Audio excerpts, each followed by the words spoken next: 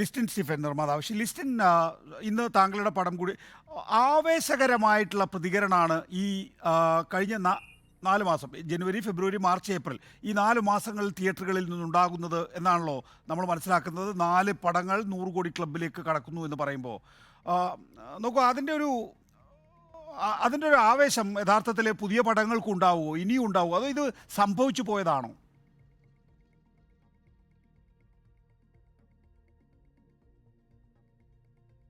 അല്ല, തീർച്ചയായിട്ടും സിനിമകൾ എല്ലാം എനിക്ക് കേൾക്കാൻ പറഞ്ഞോളൂ. തീർച്ചയായിട്ടും സിനിമകളെല്ലാം സംഭവിക്കുന്നതാണ്. തീർച്ചയായിട്ടും സിനിമകളെല്ലാം സംഭവിക്കുന്നത് തന്നെയാണ്. അതുപോലെ തന്നെയാണ് ഇപ്രാവശ്യം ഫെബ്രുവരി മുതൽ ഇറങ്ങിയ സിനിമകൾ എല്ലാം വലിയ ഹിറ്റായി മാറി. അത് മലയാളത്തിൽ മാത്രമല്ല, തമിഴ്നാട്ടിലായിക്കോട്ടെ, തെലുങ്കിലായിക്കോട്ടെ, കന്നഡയിൽ, ഈവൻ ഹിന്ദിയിലെല്ലാം നല്ല രീതിയിൽ തന്നെ സ്വീകരിക്കപ്പെട്ടു. കാരണം അതിൻ്റെ വേറൊരു പ്രത്യേക റീസൺ, ഈ സമയത്തൊന്നും അവിടെ വലിയ സിനിമകൾ റിലീസ് ചെയ്തില്ല എന്നുള്ളത് തന്നെയാണ്. അഥവാ ഇനി 1-2 സിനിമകൾ, മെയിൻ സിനിമകൾ റിലീസ് ചെയ്തു കഴിഞ്ഞാൽ തന്നെ അതൊന്നും ശ്രദ്ധിക്കപ്പെടാതെ പോയി.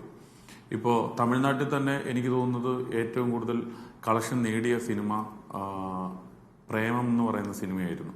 അതിനുശേഷം ഇപ്പോൾ റീസെൻ്റ് ഇറങ്ങിയ എല്ലാ സിനിമകളും അതിനെ ബ്രേക്ക് ചെയ്തു. ഈവൻ പ്രേമലു ആയിക്കോട്ടെ, മഞ്ഞുമൽ ബോയ്സ് ആയിക്കോട്ടെ. മഞ്ഞുമൽ ബോയ്സ് എന്ന് പറയുന്ന സിനിമ അവിടുത്തെ ഒരു ധനുഷ് പോലെയുള്ള ഒരു സ്റ്റാറിന്റെ കൊടുക്കുന്ന കളക്ഷനേക്കാൾ കൂടുതൽ ഷെയറാണ് ആ സിനിമയ്ക്ക് അവിടെ വന്നത്. അപ്പം ഇതൊക്കെ സംഭവിക്കുന്നതാണ്. അങ്ങനെ സംഭവിക്കുമ്പോഴാണല്ലോ ഒരു ഇൻഡസ്ട്രിയുടെ ബിസിനസ് പരമായിട്ട് കൂടി പോകുന്നത്. ഇപ്പോൾ ഞാൻ ഇന്ന് റിലീസ് ചെയ്ത സിനിമ എനിക്ക് വേണമെങ്കിൽ അവിടെ വിൽക്കാമായിരുന്നു. എനിക്കിപ്പോൾ ഈ കന്നഡയിൽ നിന്നാണെങ്കിലും തമിഴിൽ നിന്നാണെങ്കിലും നല്ല ഓഫർ ഉണ്ടായിരുന്നു.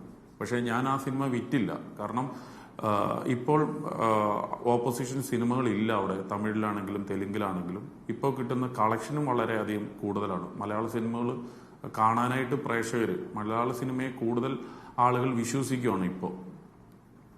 ഇതെല്ലാം തീർച്ചയായിട്ടും സംഭവിക്കുന്നതാണ്. ആ സംഭവിക്കുന്നതിന്റെ ഇടയിലാണ് ഇപ്പോൾ മലയാള സിനിമ കടന്നു പോയിക്കൊണ്ടിരിക്കുന്നത്. അങ്ങനെ ഒരു ഔട്ട്റൈറ്റ് മാർക്കറ്റ് ഇപ്പോൾ താങ്കൾ ഇന്ന് സിനിമ റിലീസ് ചെയ്യുമ്പോൾ താങ്കളുടെ മുമ്പിൽ ഒരു ഔട്ട്റൈറ്റ് മാർക്കറ്റായി തമിഴ്നാടും തെലങ്കാനയും ഹൈദരാബാദും ഒക്കെ ഉണ്ടോ? അല്ലെങ്കിൽ തെലങ്കാനയും ആന്ധ്രാപ്രദേശും ഒക്കെ ഉണ്ടോ?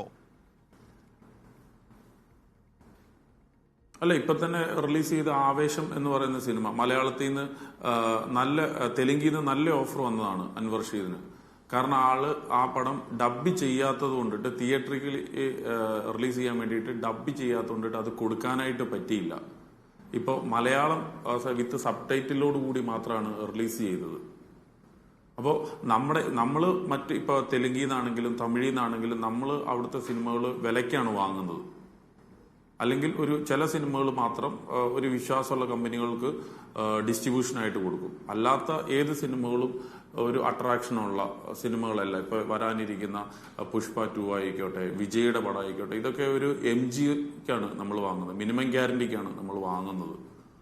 അപ്പോൾ ഇതുപോലെ തന്നെ ഒരു അവസ്ഥ മലയാളത്തിൽ നിന്നും ഉണ്ടായിക്കൊണ്ടിട്ടിരിക്കുകയാണ്. കാരണം മലയാള സിനിമകളെ കൂടുതൽ വിശ്വസിക്കുമ്പോഴാണല്ലോ ഇങ്ങനെ 10 പേര് എടുക്കാനായിട്ട് വരിക. ഇപ്പൊ റിലീസാകാൻ പോകുന്ന സിനിമകൾക്കെല്ലാം പലരും വില പറഞ്ഞുകൊണ്ടിട്ട് ഇപ്പൊ ഇവന് ഇരിപ്പുണ്ട്.